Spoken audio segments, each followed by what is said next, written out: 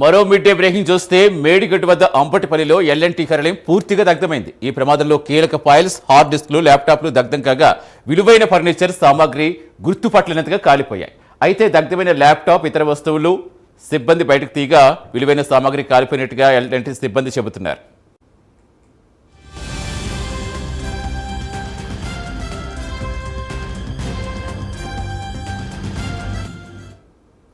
జయశంకర్ భూపాలపల్లి జిల్లా అంబటిపల్లిలో అగ్నికి ఆహుతి అయిన ఎల్ఎన్టీ ఆఫీస్ ఎస్పీ సంకీర్త్ పరిశీలించారు. ప్రమాదానికి గల కారణాలు అక్కడి సిబ్బందితో మాట్లాడి తెలుసుకున్నారు. ఆఫీస్ పక్కన ఉన్న పొలంలో మొదట మంటలు వ్యాపించినట్టుగా ప్రాథమికంగా గుర్తించామని తెలిపారు. తీవ్రమైన గాలి రావడంతో మంటలు ఆఫీస్ మీద పడి ఉండొచ్చన్నారు. ప్లాస్టిక్, వుడ్ మెటీరియల్ అంటుకుని ఆఫీస్ మొత్తం కాలిపోయిందన్నారు. ఎల్ఎన్టీ సిబ్బంది ఇచ్చిన ఫిర్యాదుతో అన్ని కోణాల్లో దర్యాప్తు చేస్తున్నామంటున్నారు.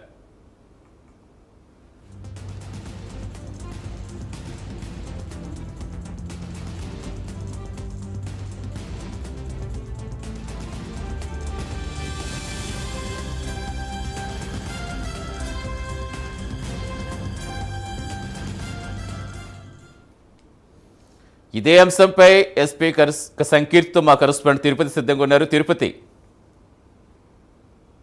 అంబటిపల్లిలోని ఎల్ఎన్టీ సంస్థ కార్యాలయం పూర్తిగా అగ్నికి ఆహుతైపోయింది. ఈ ప్రమాదం ఎప్పుడు జరిగింది, ప్రమాదం సంబంధించిన వివరాలను స్థానిక పోలీసు అధికారులతో భూపాలపల్లి జిల్లా ఎస్పీ సంకీర్త్ ఇక్కడ ఉన్నటువంటి వివరాలను సేకరించినటువంటి పరిస్థితి. ప్రమాదం ఎప్పుడు జరిగింది, ప్రమాదం కారణాలకు సార్తో మాట్లాడు. సార్, అంబటిపల్లిలోని ఎల్ఎన్టీ సంస్థ కార్యాలయం ప్రమాదం ఎప్పుడు జరిగింది, ఎటువంటి కారణాలతో జరిగిందంటే ఏం చెప్తారు?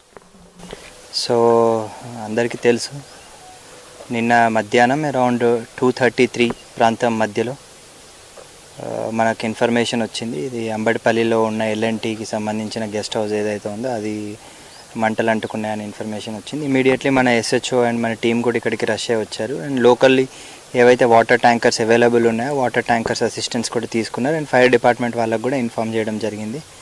And they tried their best to contain the fire. And ప్రమాదానికి ముఖ్య రీజన్స్ చూసుకుంటే కనుక ఇక్కడ పక్కనే మనకు అగ్రికల్చరల్ ఫీల్డ్స్ కూడా ఉన్నాయి.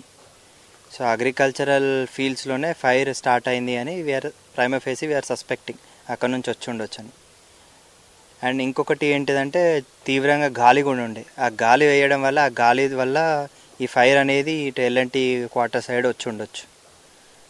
అండ్ ఈ క్వార్టర్స్కి బౌండరీ వాల్ అనేది ఏం లేదు మనకు రిస్ట్రిక్ట్ చేయడానికి కూడా. ఒకవేళ ఫైర్ వచ్చినా కూడా రిస్ట్రిక్ట్ చేయడానికి బౌండరీ వాల్ అనేది లేదు, ఓన్లీ ఫెన్సింగ్ ఉంది. ఆ ఫెన్సింగ్ పక్కన కూడా ఎండిపోయిన చెట్లు అలాంటివన్నీ ఉన్నాయి. సో ఆ చెట్లన్నీ కూడా ఫైర్కి నిన్న కాలిపోయినాయి. సో ఆ కాలే ప్రాసెస్లోనే ఫైర్ వచ్చేసి ఎల్ఎన్టీ గెస్ట్ హౌస్ మీద పడి ఉండొచ్చు. ఈ గెస్ట్ హౌస్ కూడా it is not a permanent structure, it is a make shift arrangement. అందులో మొత్తం ఇన్ఫ్లేమబుల్ మెటీరియల్సే ఉన్నాయి, ఆ ఫోమ్ కానీ అండ్ ప్లాస్టిక్ మెటీరియల్ కానీ అవన్నీ ఉండడం వల్ల అవన్నీ కూడా ఇన్ఫ్లేమబుల్ మెటీరియల్ చాలా ఫాస్ట్గా ఫైర్ అంటుకుంటాయి. సో అవన్నీ కూడా ఫాస్ట్గా అంటుకొని మొత్తం అంతా కూడా స్ప్రెడ్ అవ్వడం జరిగింది. So we tried our best, మా టీం కూడా ట్రై చేశారు, but we could not restrict. So మొత్తం కూడా కాలిపోయింది. సో మాకున్న ఇప్పటివరకు ఉన్న ఇన్ఫర్మేషన్ ప్రకారం అందులో ఎలాంటి గవర్నమెంట్ ఫైల్స్ కూడా లేవు, ఓన్లీ కంపెనీకి సంబంధించిన కొన్ని వాళ్ళ ఓన్ పర్సనల్ ఫైల్స్ మాత్రమే ఉన్నాయనేది మాకున్న ఇన్ఫర్మేషన్. సో వాళ్ళు పిటిషన్ ఇచ్చిన తర్వాత so accordingly will start our investigation. So fire ఇదే రీజన్సా లేకపోతే ఇంకేదన్నా సబోటేజ్ రీజన్స్ ఉన్నాయా, ఎవరైనా కావాలని ఇంటెన్షనల్గా కావాలని బర్న్ చేయడానికి ట్రై చేశారా అనే కోణంలో కూడా మేము ఇన్వెస్టిగేషన్ చేస్తాము. అకార్డింగ్లీ మేము హయ్యర్ అఫీషియల్స్ కూడా ఇన్ఫార్మ్ చేసి will proceed with the investigation. ఈ ఫైర్ ఎంతసేపు జరిగింది సార్? ప్రధానంగా లోపల ఏ వస్తువులు సార్, డాక్యుమెంట్స్ కావచ్చు, కంప్యూటర్లకి ఏ ఉన్నాయి సార్ లోపల? సో అందులో లోపల ఎగ్జాక్ట్లీ ఏ మెటీరియల్ ఉన్నది అనేది మాకు ఇంకా ఇన్ఫర్మేషన్ లేదు. బట్ ప్రస్తుతానికి ఉన్న ఇన్ఫర్మేషన్ ప్రకారం అయితే ఓన్లీ ప్రైవేట్ కంపెనీకి సంబంధించిన డాక్యుమెంట్స్ మాత్రమే ఉన్నాయి. గవర్నమెంట్కి సంబంధించిన డాక్యుమెంట్స్ అన్నీ ఈ ఆఫీస్లోనే ఉంటాయి, ఎగ్జిక్యూటివ్ ఇంజనీర్ ఇరిగేషన్ ఆఫీస్లోనే ఉంటాయి.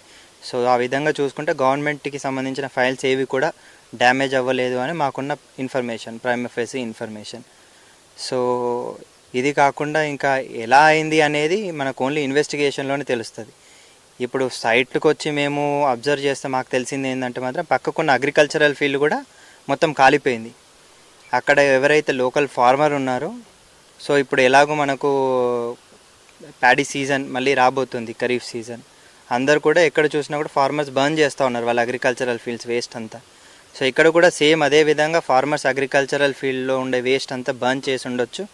దానివల్ల ఈ ఫైర్ అనేది అక్కడ నుంచి స్ప్రెడ్ అయ్యి ఎల్ఎన్టీ గెస్ట్ హౌస్కి తగిలి ఉండొచ్చు. అది we are prima facie we are suspecting, but sabotage angle also will verify.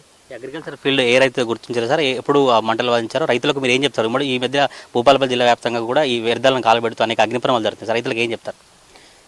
So ఈ పక్కకున్న అగ్రికల్చరల్ ఫీల్డ్ ప్రస్తుతానికి మాకున్న ఇన్ఫర్మేషన్ పలిమేలకు సంబంధించిన ఒక రైతుదని తెలిసింది. ఆ రైతు కూడా ఇంకొక వేరే ఒక రైతుకి కౌలుకి ఇచ్చాడు.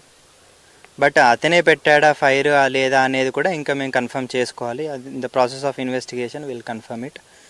సో రైతులకు పోలీస్ డిపార్ట్మెంట్ యొక్క సూచన ఏంటిదంటే, ఆల్రెడీ మన డిస్టిక్లో టెంపరేచర్స్ చాలా హై ఉన్నాయి, అరౌండ్ 46 degrees కూడా టచ్ అవుతున్నాయి.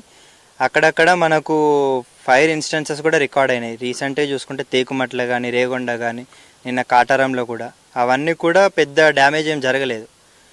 ఐదర్ కొన్ని పిచ్చి చెట్లు తగలబడ్డాయి, లేకపోతే ఆల్రెడీ కోసేసిన పంట ఏదైతే ఉంటుందో వేస్ట్ ఆ మెటీరియల్ మాత్రమే బర్న్ అయింది. ఓన్లీ ఇక్కడ వచ్చేసరికి మనకు మేజర్ డ్యామేజ్ అనేది జరిగింది. రైతులకు మా సూచన, ఆల్రెడీ టెంపరేచర్స్ ఎక్కువ ఉన్నాయి. సో ఎప్పుడు గవర్నమెంట్ ఎప్పటి నుంచో కూడా సజెస్ట్ చేస్తూ ఉంది, స్టబుల్ బర్నింగ్ అంటాం మనము, అది చేయకండి. సో బర్న్ చేయకుండా ఏదైతే న్యాచురల్ మెథడ్స్ ఉంటాయో ఆ మెథడ్స్లోనే వేస్ట్ని క్లియర్ చేయని చెప్పని సజెస్ట్ చేస్తున్నాం. ఈవెన్ ఫార్మర్స్ కూడా మేము సూచించేది అదే, న్యాచురల్ పద్ధతిలోనే వేస్ట్ని డిస్కార్డ్ చేయండి తప్ప ఈ బర్న్ చేయడము అలాంటి చర్యలు మీరు పాల్పడకండి. ఒకవేళ అలాంటి చర్యలు మీరు తీసుకొని ఏదన్నా ఇట్లా ప్రాపర్టీ డ్యామేజ్ అయితే ఆ కన్సర్న్డ్ రైతుల మీద కూడా మేము నెసెసరీ యాక్షన్ మేము తీసుకోవడం జరుగుతుంది. సో ఇది భూపాలపల్లి జిల్లా ఎస్పీ సంకీర్తి గారి అభిప్రాయం. అయితే ఇక్కడ ప్రమాదాన్ని పూర్తిగా పరిశీలించి స్థానిక అధికారులతో కావచ్చు, ఎల్ఎన్టీ సిబ్బందితో వివరాలు సేకరిస్తున్నారు. ఎల్ఎన్టీ ఆఫీస్లో కాలిపోయినటువంటి వస్తువులలో గవర్నమెంట్కి సంబంధించినటువంటి ఫైల్స్ ఏమీ లేవు. వారు ఎల్ఎన్టీ సంబంధించినటువంటి ప్రైవేటు కంపెనీకి సంబంధించినటువంటి కంప్యూటర్లు కావచ్చు, వస్తువులు మాత్రమే ఉన్నాయి. అన్ని కోణాల్లో కూడా పూర్తిగా దర్యాప్తు చేస్తూ ఉన్నాం. వెనకాల ఉన్నటువంటి రైతు పొలంలో మంటలు చెలరేగిన తర్వాతనే ఆఫీస్కి మంటలు అంటుకున్నట్టుగా ప్రాథమికంగా గుర్తించాము. ఆ రైతుతో కూడా మాట్లాడతాం, రైతు దగ్గర వివరాలు సేకరిస్తాం. ఎల్ఎన్టీ సంబంధించినటువంటి ఆ సిబ్బంది పిటిషన్ తీసుకున్న తర్వాత పూర్తి దర్యాప్తును కొనసాగిస్తాం. అన్ని కోణాల్లో కూడా మా దర్యాప్తు కొనసాగుతుంది. ప్రస్తుతం ఉన్నటువంటి ప్రాథమిక నివేదిక ప్రకారం మాత్రం కేవలం ఎల్ఎన్టీ సంస్థకు సంబంధించినటువంటి వస్తువులు మాత్రమే కాలిపోయాయి. అందులో గవర్నమెంట్కి సంబంధించినటువంటి పత్రాలు ఏం లేవని భూపాలపల్లి జిల్లా ఎస్పీ సంకీర్తి చెప్తా ఉన్నారు. వీడియో జర్నలిస్ట్ పవన్తో Tirupati prime line news, Ambatipalli నుంచి.